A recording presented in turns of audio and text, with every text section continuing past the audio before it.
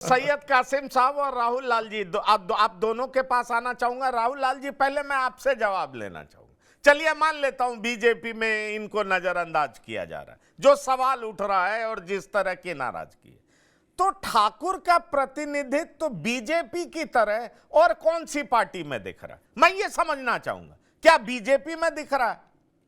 क्या समाजवादी पार्टी में दिख रहा है? क्या बहुजन समाज पार्टी में दिख रहा है? नाराज हैं तो नाराजगी का मतलब यह नहीं है ना कि गड्ढे की जगह आप कुएं में कूद जाएंगे।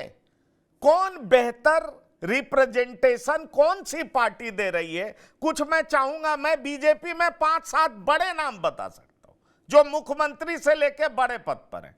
आप कांग्रेस में बड़े नाम बताइए जो बड़े पदों पे हैं। समाजवादी पार्टी में बड़ा चेहरा बताइए जिनको देश पहचानता हो। बहुजन समाज पार्टी में बताइए जिनको देश पहचानता हो। मैं जानना चाहता हूं। पंकज जी देखिए, मैं यहाँ पे वही तथ्य रख रहा हूं क्योंकि इन जगहों पे मैं ग्राउंड पे गया था। मैं उसी तथ्य को रख रहा हूं, मैं अपने मन से कुछ नहीं रख रहा हूं। देखिए 2-3 चीजें मैं बोल दूं। सबसे पहला मैंने गुजरात की चर्चा हुई, अभी यहाँ पे फिर राजस्थान की चर्चा हुई देवेंद्र भाटी को लेकर। मैं उस पॉइंट पर सहमत हूं, लेकिन अब थोड़ा सा वहीं राजस्थान में आप जोधपुर पहुंच जाइए। जोधपुर में केंद्रीय जल शक्ति मंत्री गजेंद्र सिंह शेखावत चुनाव लड़ रहे हैं और देखिए वो खुद राजपूत हैं, लेकिन उनका विरोध हो रहा है वहां और वहां पे कांग्रेस ने देखिए विरोध लोकल रीजन हो सकता है। जैसे कभी एक जमाना था समाजवादी पार्टी में ठाकुर अमर सिंह, लोग कहते थे कि हाँ ठीक है राजपूत के बड़े नेता, तो अब आवाज आती थी ठाकुर अमर सिंह। अभी कांग्रेस में अगर नाम की बात की जाए तो किनका नाम आएगा? एक दिग्विजय सिंह को लेकर के आपको मालूम है कि कांग्रेस में कितनी बड़ी हैसियत रखते हैं। सवाल यह है कि एक ज्योतिरादित्य सिंधिया भी थे, वो छोड़ के बीजेपी में ही आ गए। अब मैं वही तो पूछ रहा हूं कि विपक्ष में कितने बड़े नेताओं को देखेगा ठाकुर समाज जो कि यह सोचेगा कि बीजेपी हमें नजरअंदाज कर रहा है और बेहतर विकल्प के तौर पे वो पार्टी है, इसलिए हमें उधर चले जाना चाहिए। मैं ऐसा इसलिए कह रहा हूं कि कई बार क्या होता है, मेरी बात सुन लीजिए, मेरी पूरी बात सुन लीजिए। दरअसल इसी को राजनीति कहते हैं। सफल राजनेता वो होता है जो अपने इंटरेस्ट को जितना ज्यादा से ज्यादा जनता के साथ जोड़ सके, वही सफल राजनेता होता है। अपने इंटरेस्ट को चाहे वो जाति से जोड़ दे, समाज से जोड़ दे, राज्य से जोड़ दे, देश से जोड़ दे, उसका डिग्री जितना अच्छा होगा वो उतना ही सफल राजनेता होगा। अब हो सकता है कोई भाई पश्चिम के किसी नेता को दिक्कत होगी, उनको कुछ मिल नहीं रहा होगा, उनको लग रहा होगा मुझे मंत्री क्यों नहीं बनाया गया, इतने साल से सरकार है मैं मंत्री नहीं हूं, विधायक तक मैं हार जा रहा हूं, तो उनकी नाराजगी होगी तो भाई वो इकट्ठा कर दे रहे हैं और एक परसेप्शन बनाने की कोशिश हो रही है कि नाराज है। अब आप जवाब दीजिए, फिर मैं कासिम साहब के पास भी जाऊंगा। पंकज जी, मैंने सवालों को बड़ा ध्यान से सुना है और आपके सवालों को भी ध्यान से सुना है। मेरा पूरे मामले में मानना है कि इस पूरे प्रकरण का प्रभाव ये है, इसका प्रभाव गुजरात, राजस्थान और पश्चिमी यूपी तक सीमित है। मैं इसे नहीं मानता, मैं इसको अभी उत्तर प्रदेश में पश्चिमी यूपी से आगे इसके प्रभाव को मैं नहीं देख रहा हूं। लेकिन अब कैसे ये घटनाक्रम घटी, क्या घटी, इस पूरे प्रकरण में देखिए विपक्ष कहीं नहीं है। विपक्ष इस पूरे प्रकरण में मुझे कहीं नजर नहीं आ रहा, तीनों राज्यों में नजर नहीं आ रहा। मैं उसीलिए कह रहा था कि आप देखिए जोधपुर चले जाइए, वो जोधपुर सीट का जो उदाहरण दे रहा था, वहां पे जो राजपूत समुदाय में नाराजगी है उससे तो ये जो गुजरात से नाराजगी आई वो है, और दूसरा कारण है वहां पे देखिए जोधपुर में एक विधानसभा सीट है, शेरगढ़ के विधायक है बाबू सिंह राठौर, वो विरोध कर रहे हैं। राजपूत बड़े नेता है वहां पे, वो शेरगढ़ में विरोध हो रहा है उनका, वो कर रहा है। किसका विरोध? गजेंद्र सिंह शेखावत का विरोध कर रहे हैं। और वो किसके खेमे में आते हैं पंकज जी? वसुंधरा राजे खेमे के बताए जाते हैं वो। तो वहां पे वसुंधरा राजे के समर्थन खेमे के लोग प्लस बाकी राजपूत समुदाय के नाराज लोग, उन दोनों के कारण से राजस्थान में यह वातावरण बन रहा है। गुजरात में जो भीड़ थी वो जिसने भी अरेंज किया, जैसे भी अरेंज किया हो, लेकिन वहां पर भी भीड़ थी। और पश्चिमी यूपी में जो मैं बता रहा हूं यहाँ पे कि देखिए लोगों के मन में क्या चीज है, वो ये मान के चल रहे हैं कि हम लोग बिल्कुल भारतीय जनता पार्टी के सबसे प्रतिबद्ध मतदाताओं में। पश्चिमी यूपी में एक सीट कहां पे मिली है हम लोगों को?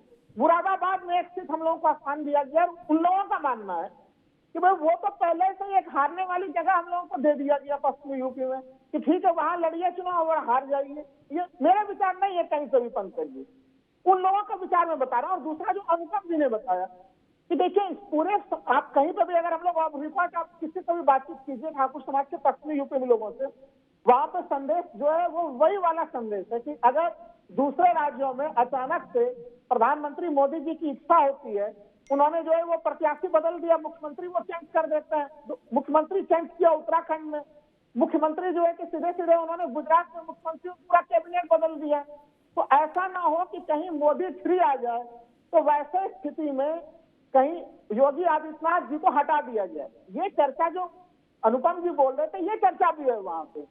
तो वह तो स्वीकार कर ही रहे हैं कि योगी आदित्यनाथ काफी एक मजबूत मुख्यमंत्री है और उत्तर प्रदेश जैसे राज्य का मुख्यमंत्री सूबे का बनाया गया है, लेकिन वो उसी पद पर रहेंगे कि नहीं रहेंगे, एक असुरक्षा का भाव भी है पंकज जी। अब ये कारण कितने मजबूत है नहीं है, लेकिन जिस प्रकार से तमाम जगह पे कल देखिए सिसोली में हुआ और तमाम जगह पे जो डेट वाइज लगातार 7 अप्रैल के बाद से चीजें चल रही है, वो चीजों में गति अच्छी खासी है। और देखिए लोग यहाँ पे दो विचार कर रहे हैं उन जगहों पे। विचार नंबर 1 कि भाई जहां पे बीजेपी है उसे हरा दिया जाए। विचार नंबर 2 कि अगर हम लोग किसी और के साथ में जा सकते हैं तो नोटा जमा के अपना विरोध प्रदर्शन करेंगे। इस स्थिति को मनाने के जो प्रयास हो रहे हैं, अब अगर बीजेपी ने इसे गंभीरता से लिया है, मैं बिल्कुल मानता हूं। और यही कारण है कि जब मेरठ में प्रधानमंत्री जी की रैली हुई तो प्रधानमंत्री जी के रैली के बाद वहां पे खुद मुख्यमंत्री योगी आदित्यनाथ ने एक तरह से बैठक कराई संगीत सोम के बीच में और बलियान जी के बीच में। लेकिन उस बैठक के बाद भी जो स्थिति शांति वाली होनी चाहिए, अब क्योंकि देखिए प्रथम चरण के चुनाव 19 अप्रैल को है, तो उसके पहले अभी स्थिति शांत नहीं हुई है। तो ये एक स्थिति है, बीजेपी तमाम प्रयास कर रही है, उनके तमाम लोग प्रयास कर रहे हैं। जो तमाम तर्क आप लोगों ने रखे वो तमाम तर्क जनता के बीच में बीजेपी के वरिष्ठ लोग रख रहे हैं।